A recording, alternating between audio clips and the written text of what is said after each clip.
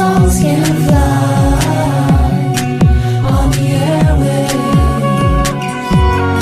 They just need a chance to start.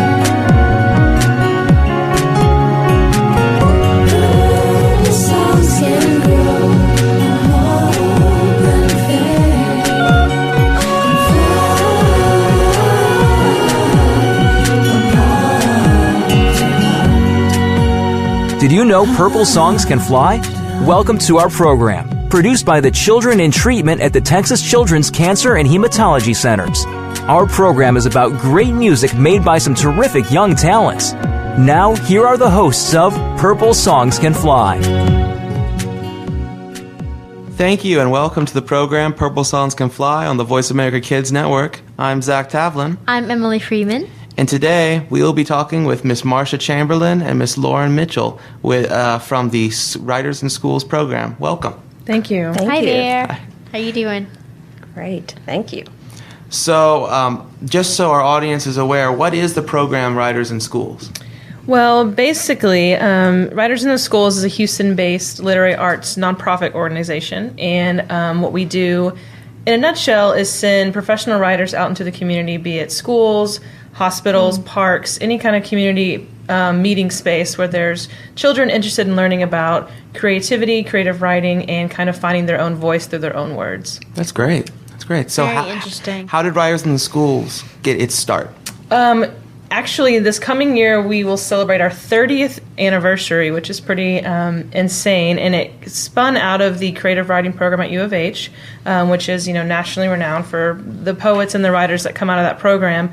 But they saw a need that our public schools and their places where kids are meeting, they could use someone coming in and helping them learn creative writing, learn how to, put their own thoughts into writing, into their own words, and basically just a place to come and be yourself. Schools, have a hard time getting all of that in, and so this is a great way to allow a teacher to see how a professional writer would teach writing, and they can kind of help each other in the classroom. And like I said, in 30 years, we've reached thousands and thousands of children. We're actually now into hitting that generational move where we're getting kids of people that have taken Writers in the Schools when they were younger. Wow. We have a board member that was a WITS kid. So it's kind of neat to see the recurring, how WITS has recurred in people's lives. That's incredible. Wow. So, do you have any one experience that has just really, not like a favorite, but along those lines? As a professional writer hired by the Writers in Schools program. I've been with Writers in the Schools for 15 of the 30 years now, so I've worked in numerous settings, all sorts of community settings, from juvenile boot camps to homeless shelters to libraries and community centers. So we're not just in schools, we're in lots of other settings. And I must say that my work here at the hospital has probably been the most personally transformative work that I've done in any of the programs that I've worked with over the last 15 years. And I'm not completely sure why, but I think there's something about Texas Children's in particular that when you step in these doors, things are darker but also brighter. And it's this heightened place where magical things can happen. And so you asked for a special experience, and I think I've had many of them here because I think it's a place that sort of opens you up and you can become more vulnerable, and I think it's in those places that we're often most creative.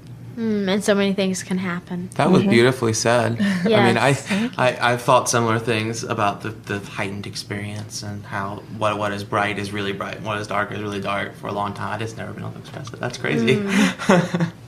So, you guys operate in multiple different settings, as we've just talked about.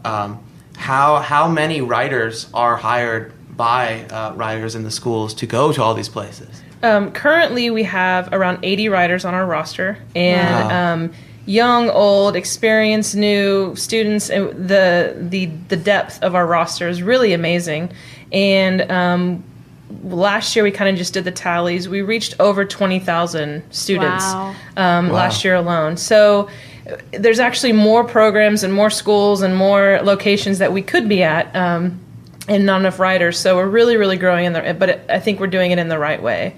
We really we want to make it a personal experience. We don't want to overwhelm a rider. A lot of what we do is also training riders as teachers to go in and to really make sure the experience for the children is top notch. And so a lot of we do a lot of training. We do a lot of stuff to make it a place that riders want to be a part of as well. Right. Right. So we're halfway through. You're listening to the Voice America Kids Network and Purple Songs Can Fly. I'm Zach Tavlin. I'm Emily Freeman. And our topic today is writers in the schools. So what are some of the activities during a Writers in the Schools event that occur to reach children? Well, something that almost every Writers in the Schools program does is they have a celebration at the end, which is kind of one of our iconic things that we all end with. We want to celebrate these children's works, and each writer, each classroom, or each location, they put together an anthology of the kids' writing, and it's something physical that the kids can have, share with their families. And for me, seeing, and then we have these public readings at the end, which is also really awesome. But to see a kid that's so prideful about what they've written, and it's not in a classroom setting where could be red marks, or you pass or you fail or you get an A or you get a C. I mean, it's just celebratory the whole time. And I think that for me, is one of our trademarks, is really celebrating these kids in their own words. And I think that's something that all of our programs do.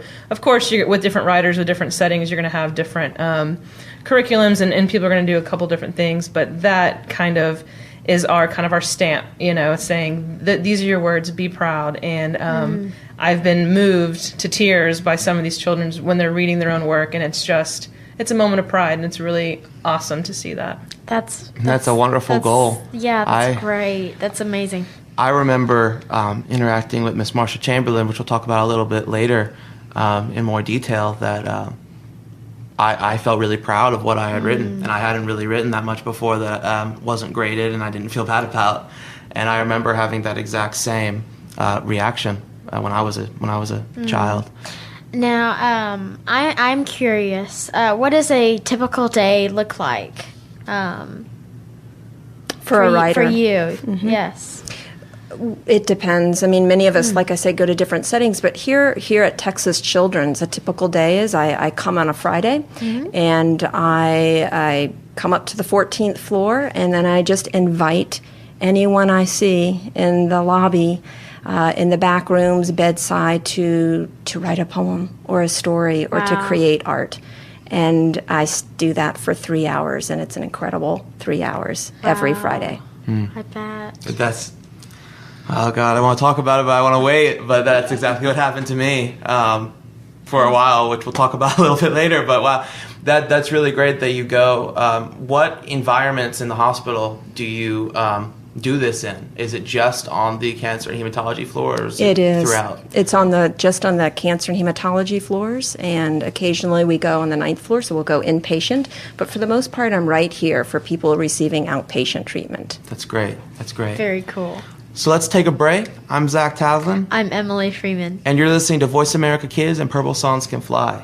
While we're on break, let's listen to the song My Daddy by Jaslynn, who was 7 years old when she wrote this song. This song began as a poem that Jaslynn wrote with Marcia Chamberlain with Writers in the Schools.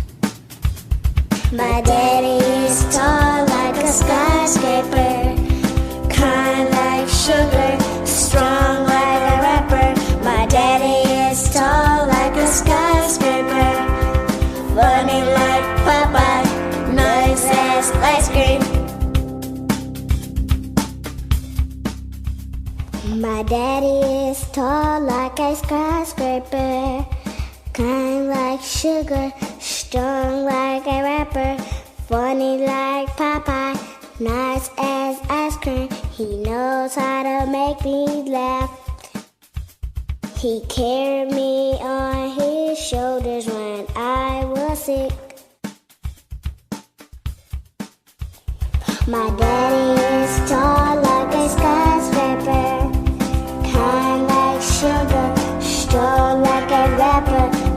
daddy is tall like a skyscraper, funny like Popeye, nice as ice cream. I love him more than money, more than anything. My daddy would help me with any problem. He would write a song just for me. My daddy is tall like a skyscraper, kind like sugar, strong like a rapper. My daddy is tall like a skyscraper, funny like Popeye, nice as ice cream. Happy Father's Day.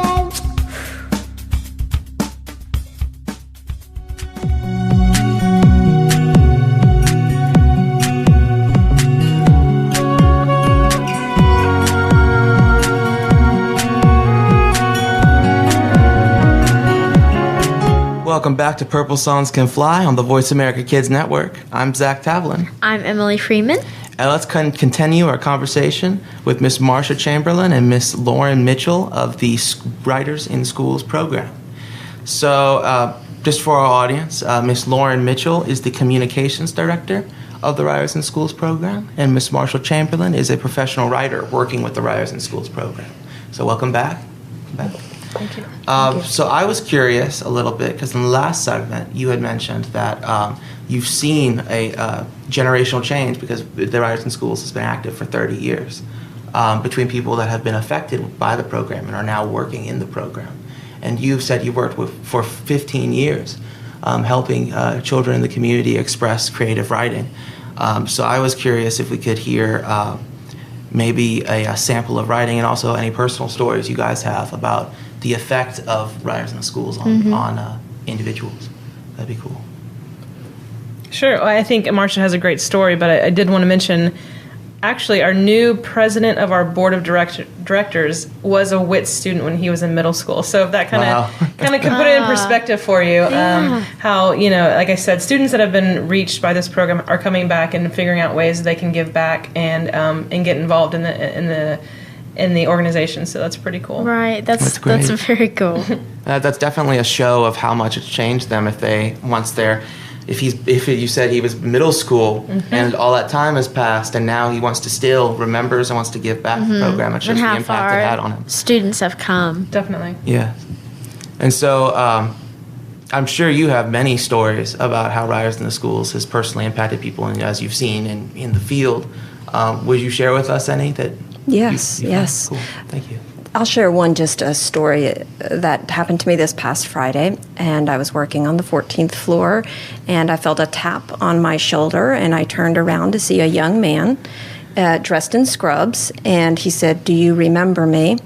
And I looked at him, and he looked familiar, and then he started to talk. He said, "I wrote with you many years ago," and he said we would sit at the tables in the front lobby, and we would write poems and stories. Wow. And it turns out that this young man has now gotten his master's and has come back to work at Texas Children's Hospital. He takes vitals. He's a nurse here. So That's it was great. really That is exciting. great. That's amazing. Wow. Do you remember how old he was when he worked with you? He was in middle school. Wow. And so it was still touching so to vivid me. for him. I know. I was touched that he would approach me and say, "Do you remember?" And our connection was with writing.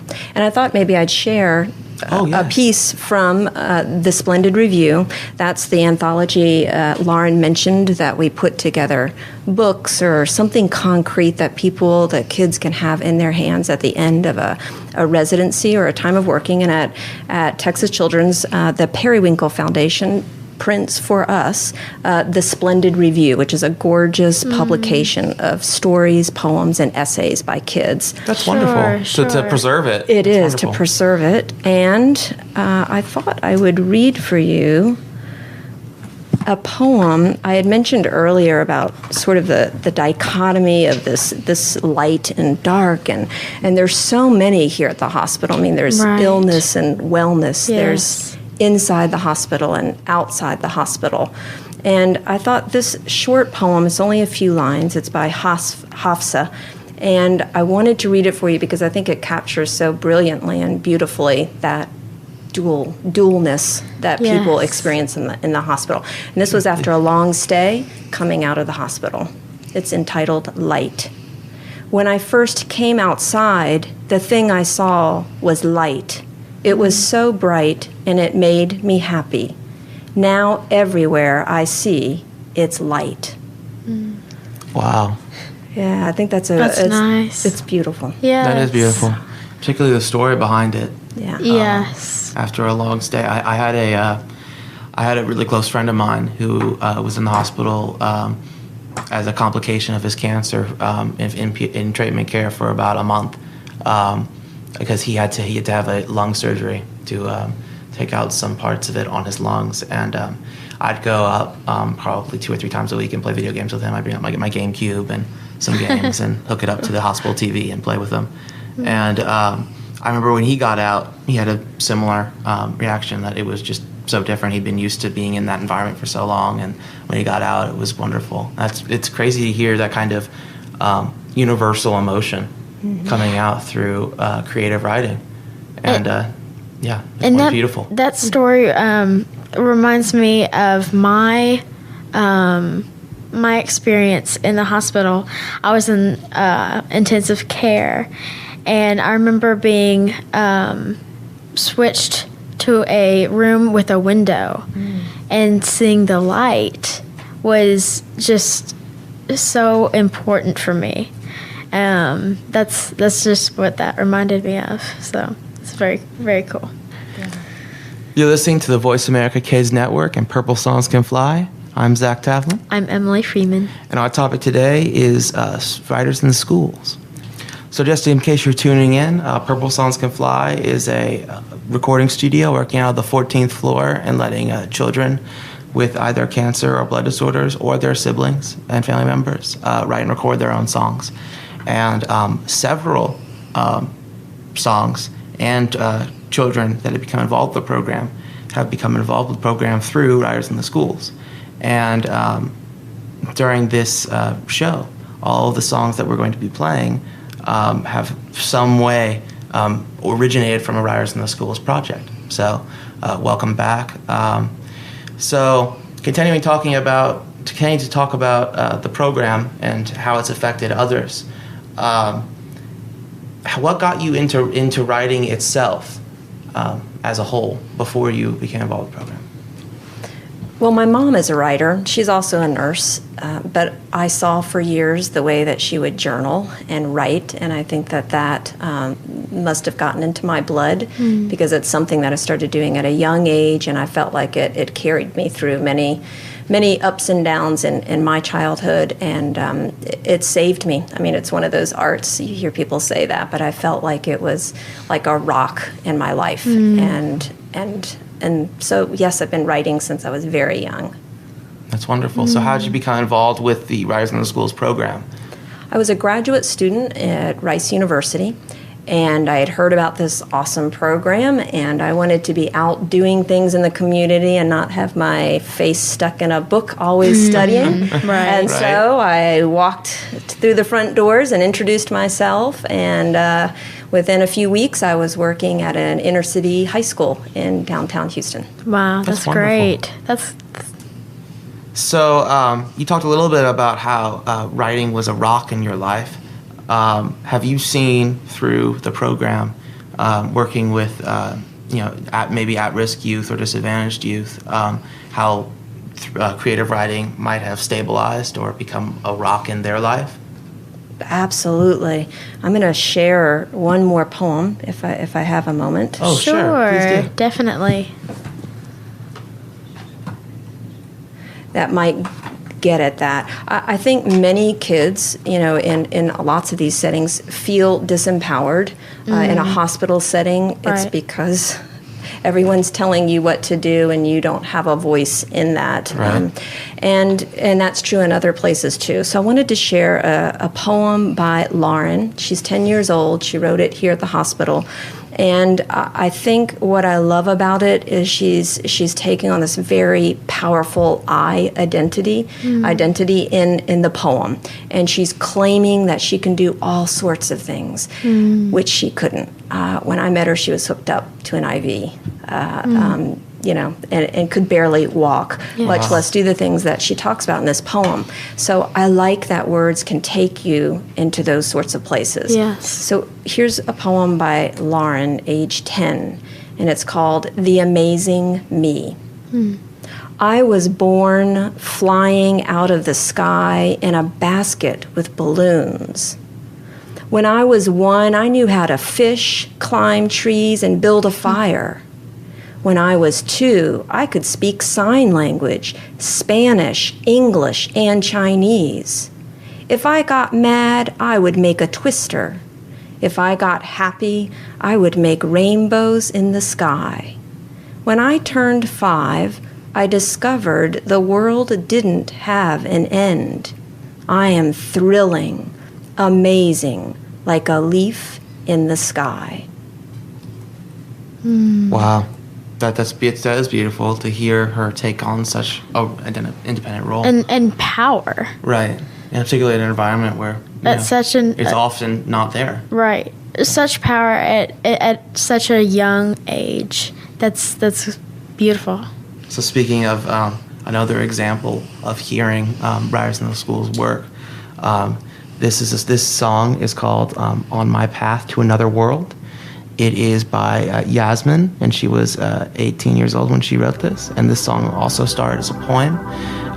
So let's take a break. I'm Zach Tavlin. I'm Emily Freeman. And you are listening to Voice America Kids. On my path to another world, I see a new city and new people. A start of a lifetime journey. Teaching young children. Travel around the world and teach Africa, Indonesia, China, Europe. Every place in the world needs help. On my path to another world, I want to go skydiving, go rock climbing, learn to play the violin, be in front row of a concert, swim with dolphins and fishes of the sea, get married on the beach. I want to see mountains and sunsets in different parts of the world. I want to write books, and I want to learn languages on my path to another world. I want to run with zebras in Africa. I want to sing with the African children and African people. I want to give more than I receive.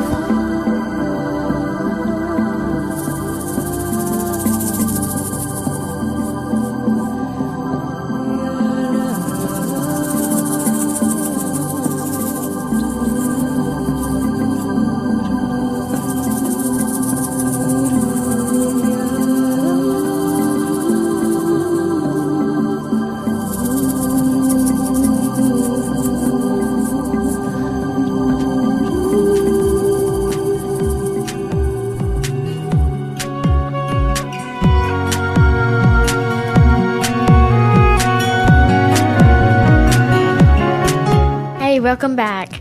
You're listening to Voice America Kids, and I'm Emily Freeman. I'm Zach Tavlin. With Purple Songs Can Fly, and we're interviewing Marcia Chamberlain. So, I know you've been a volunteer with Riders in the Schools for a very long period of time. And I also know about Riders in the Schools' involvement with Purple Songs Can Fly personally. My very first song, I actually wrote with Miss Marcia Chamberlain. So I don't know how much you remember of that, but when I first started coming to the hospital, I was really scared, and I was a little kid, and I didn't know what was going on because I hadn't been diagnosed yet, and most of the times I was coming to the hospital were for tests that would come back negative, and I'd have to have more tests, and it's come back the next week, and so no one knew it was wrong. And so I'd pretty much sit in the corner with my parents and be really, really quiet and hope not to be noticed, and then go and then come back and then leave. And I'd say probably from like the second week I was there, Miss Marcia came up and asked, "Hey, would you like to write a song or a story or a poem or anything?" And I said, no, thank you. I am okay. And but she kept asking for several weeks, and finally I said, all right, I'll write a song. I'll write a poem, I'll write a song. I can't write about anything, but if you want me to, I'll try. And so Miss Chamberlain actually asked me, what do you care about? And my 12-year-old self said, well, I care about not eating fish. It's so horrible, the fish farming, and now, of course, nothing is better than a succulent catfish on a Friday night. But and so we wrote an entire poem about why I did not want to eat fish, and it became. And I was quickly sent off to Purple Songs Can Fly to write music for it, and it became my very first song. So I just want to say thank you, and that's how I became involved. Purple Songs Can Fly was through Writers in the Schools. What do you remember of that, if at anything at all? It was a while back. Oh, but I remember you, Zach. I remember your mom and your grandmother. I got to know them before I got to know you, and they would see me coming and they would smile, and so I'd always feel like I could approach you one more time. Right. And no, you always had a bright smile and seemed willing to try things. But the song, I'll never forget that, because I'm a vegetarian, and so immediately I was like, wonderful, a kindred soul, and so he wrote this entire song, and then at the end, somehow we were talking about vegetarians, and he was like, well, no. He said, I love hot dogs and hamburgers. And he said, I just don't eat fish. And I said, oh, okay. So that was... I admire those with the strength to resist meat. I am not strong. I am not strong. I've said it for years. I agree with every single point that's mentioned in favor of vegetarianism, and I wish I could fight for it with personal example. I cannot. I cannot.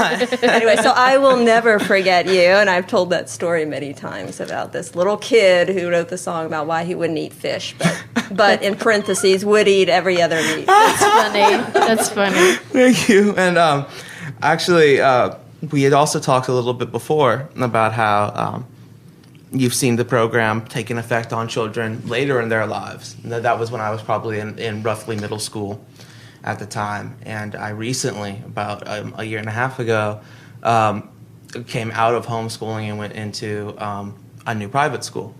And before I went, I was thinking to myself, because writing had always been an issue for me and a struggle, because I have dysgraphia, and it's hard for me to think about my words and put them on paper.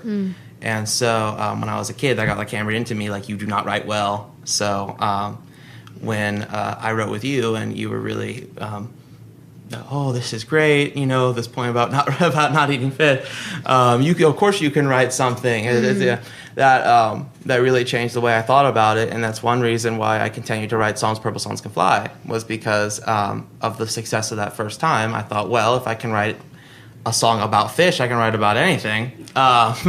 So when I went back into the school, I thought to myself, well, I can continue to have the same attitude that I had before in my educational journey about writing, and fear it, and do as much as I can, and use many different kinds of crutches, and then forget about it.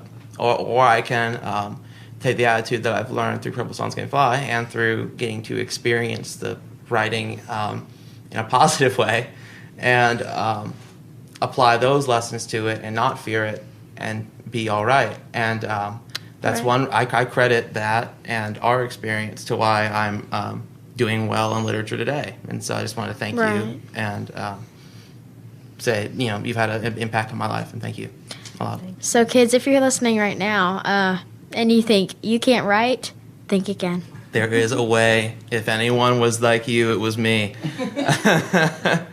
So you're listening to the Voice of America Kids Network and Purple Songs Can Fly. I'm Zach Tavlin. I'm Emily Freeman. And our topic today is writers in the schools, and a little bit about Purple Songs Can Fly too. But so I know that from personal experience, the impact you've had on me with writing in general.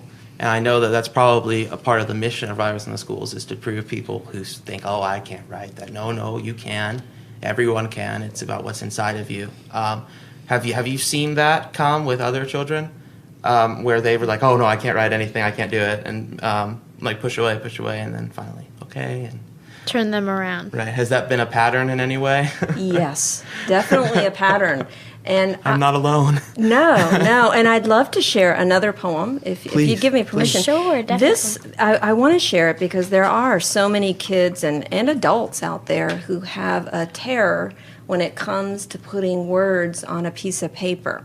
And I wanted to share with you something that I've been doing here at the hospital and in other WITS programming as well. And that's bringing just a bunch of cut up words. You can't see it because it's radio, but it's a bunch of words cut up from magazines. Oh. And it's sort of like playing with magnetic poetry. And so there was a particular girl, Ariana, and I'm going to read a poem. She didn't think she could write either. She was convinced she couldn't. And I said, well, what if you just play? What if you just play with this basket of words?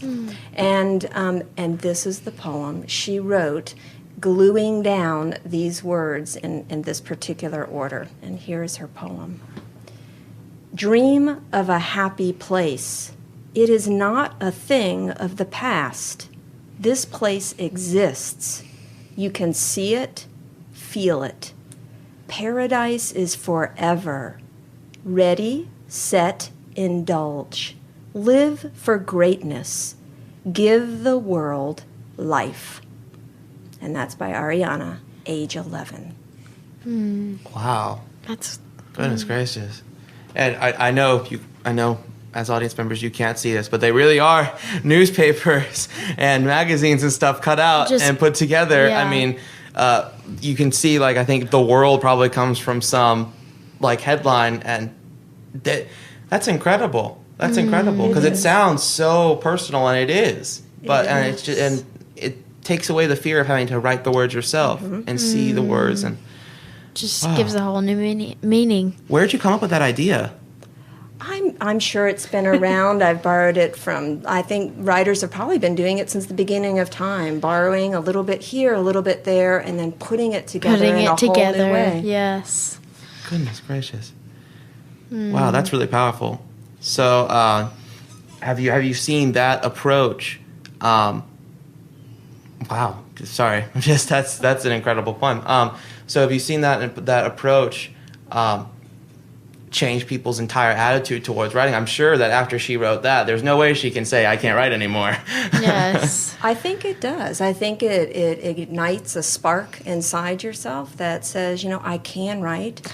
And, a lot of times the kids will take out cell phones if they've got them, or their moms will, and they'll be like, she wrote that? And they'll take a picture of it, and it's like you're framing it, you're memorializing this moment where you've stepped up and written something that surprised you and maybe the world. And I've had kids enter these pieces in contests and win. So you never know where your writing will take you. Right, and it just takes away the fear. That is definitely a winner. Well, Ariana, if you are listening, you can definitely write. Wow. So let's take a break. I'm Zach Tavlin. I'm Emily Freeman. And you're listening to Voice America Kids. This next song we're going to be playing is by Ebony. It is Everything is Purple. And Ebony was 11 years old when she wrote this. And this song also started as a poem, as all the songs we're playing today, as a poem that was written with writers in the schools. Everything is purple. Everything is purple. Purple's my favorite color. My shoes, my toes, and my socks. My jewelry, bracelet, and necklace. Binder, and my pencil box. Purple's my favorite color. Grapes, flowers, and bows. Scarves, folders, and notebooks. The very best color for clothes. Everything is purple. Everything is purple. If my room was all purple, TV, my floor, my bedspread and my pillows, my walls and my door, my radio and computer, the shelves and the books. If my room was all purple, how great it would look. Everything is purple. Everything is purple.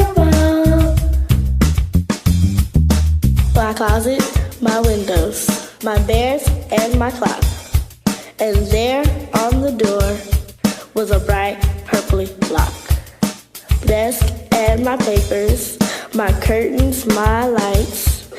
If my room was all purple, it would look just right. Everything is purple. Everything is purple. Everything is purple. Everything is purple. Everything is purple. Everything is purple. Everything is purple. Everything is purple.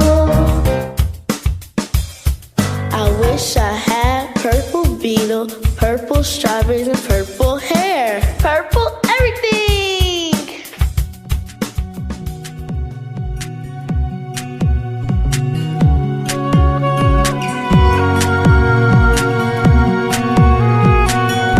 Welcome back to Purple Songs Can Fly. I'm Zach Tavlin, I'm Emily Freeman.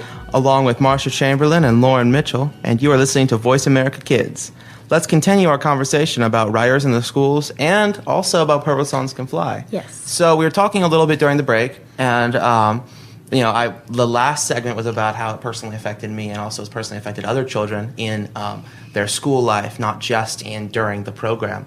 And Ms. Mitchell, you were talking about some studies that had been done about the long-term effects of writers in the schools after the program had come to a school. I was wondering if you would share that with the audience. Of course. We've actually been doing a 11-year study now. It's been going on its 12th year with a third party, and they've looked at what we call WITS graduates, so students that have gone through a WITS program for at least a semester. And the data shows that more than the majority of students have increased, obviously, their writing skills. It is about poetry, but they're learning structure and they're learning voice and they're learning all these things that are really important. And they have an increase in self-efficacy, which is just confidence, which, Zach, hearing your story, that was really the kicker that helped you in the classroom. It's really just having, worth in your own words. And it has increased their test scores, which is important here in Houston, important in the state of Texas, and important for us to be able to relay that to schools and organizations that we're trying to get into. That it does help these kids on a surface level, but it's deeper than that, and they're excelling in the classroom because of it. And I can echo that has happened personally to me after just one afternoon. I can't imagine after a full semester program. That must have a really dramatic effect. Then that is so important. And yeah, that's great. And so because I was so blown away with some of these poems that we've been talking about, I was curious if people are interested in hearing more of these poems. Are there any events that they can go to or such to hear them? Definitely. We have several ways to get involved. First off, we have free workshops that go on around the community, so you don't have to wait for a writer to come to you. We have free workshops downtown every Saturday at Discovery Green at the Houston Public Library Express location there.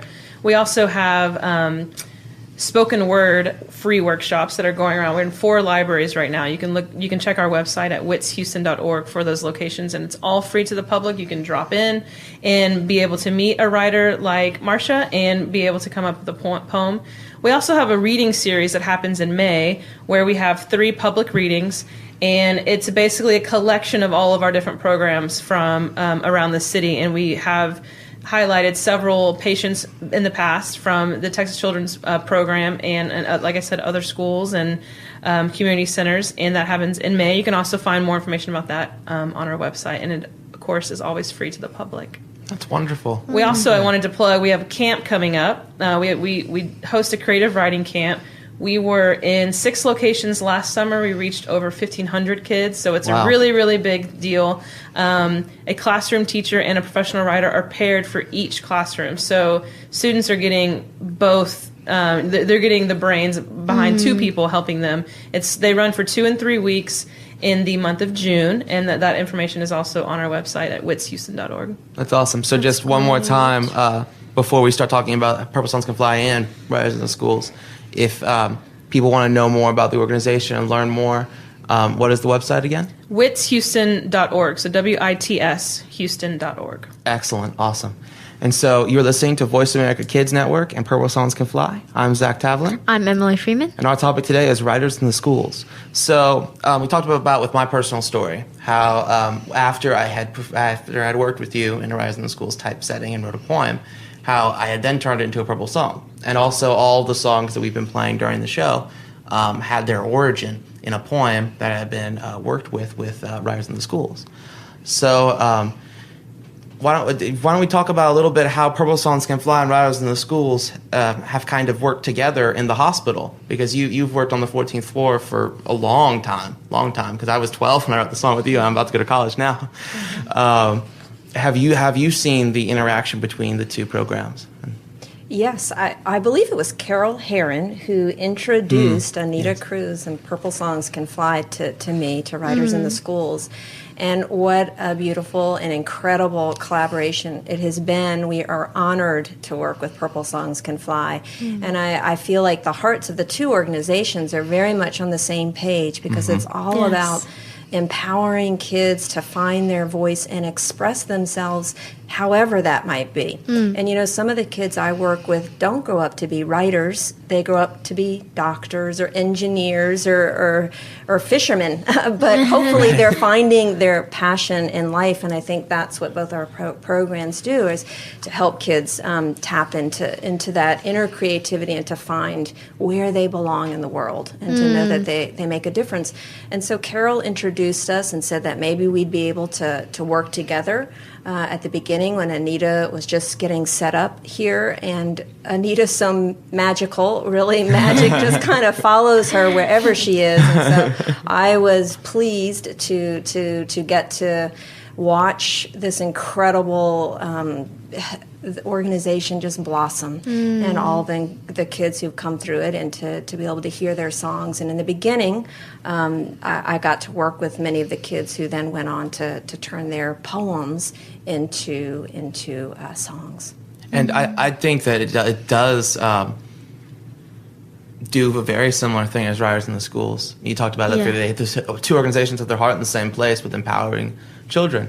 I think that's very, very true, because I know that I can't write a song and I can't write. Both come from two very similar places, and it's a fear of not being able to do good enough.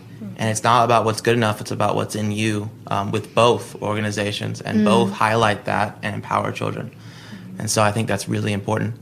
And so just right before we go, what would be, both of you, if you had one thing to say to prospective kids that are be listening to this show who want to improve their creative writing or just improve their confidence, what would be one piece of advice you'd give to? Or a word of encouragement, piece of advice. Yes.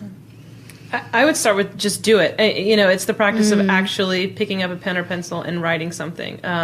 You know, a lot of it's in your head, but if you actually physically start doing it, even if it's copying someone else's poem, even just the practice of physically writing words, I think it would be a good kickstart. That's a good one. Very important. And how about you? I'm going to end with a poem, because I think it's so Excellent. important to give words, to let as many kids as possible get their words out there. Very and true. this boy Alfredo, again, was someone who didn't consider himself a writer, but expresses so beautifully because he just did it. Like Lauren said, he just picked it up, because I kept bothering him to write something. He eventually sat down. I'm a kindred spirit, Alfredo. Yes, and I am going to read just an excerpt of his poem called This Particular Memory. And I think it deals with the grief and loss that many people experience when they're going through anything, like a pain crisis management, any sort of experience in the hospital. But at the end of the poem, it also gets at the transformation and the light that we talked about at the earlier in the show. Okay. So this is his poem. Where is the boy I used to be? Is he still in my heart? Is he living in my memory? Is he where I used to be? Is he happy? Is he playing with friends? Is he here or is he there? I think the boy is with me. I wish he didn't grow up so fast.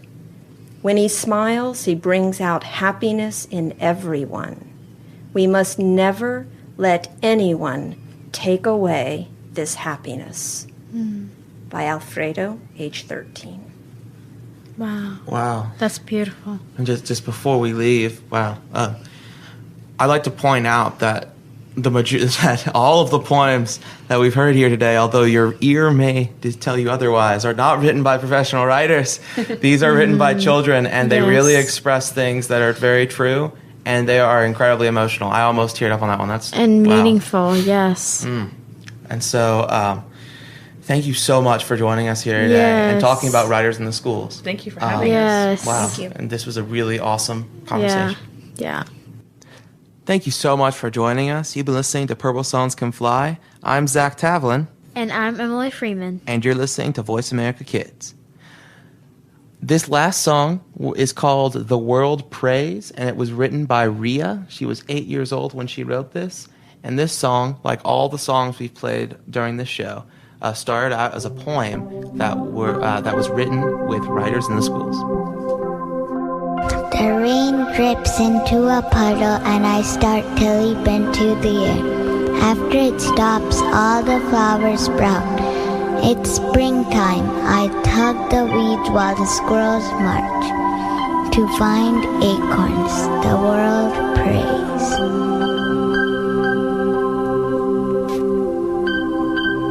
The world prays.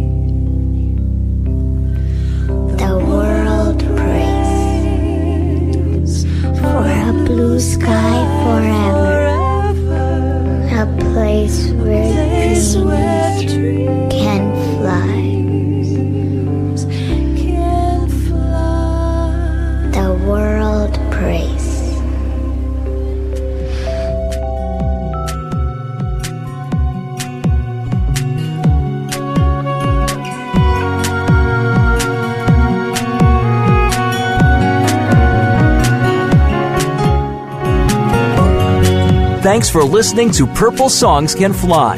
We'll see you again next Monday at 6 p.m. Eastern Time, 3 p.m. Pacific Time on the Voice America Kids channel. And remember, for more information about the Purple Songs Can Fly project, visit www.purplesongscanfly.org. We'll be back with more music next week. Purple songs can fly.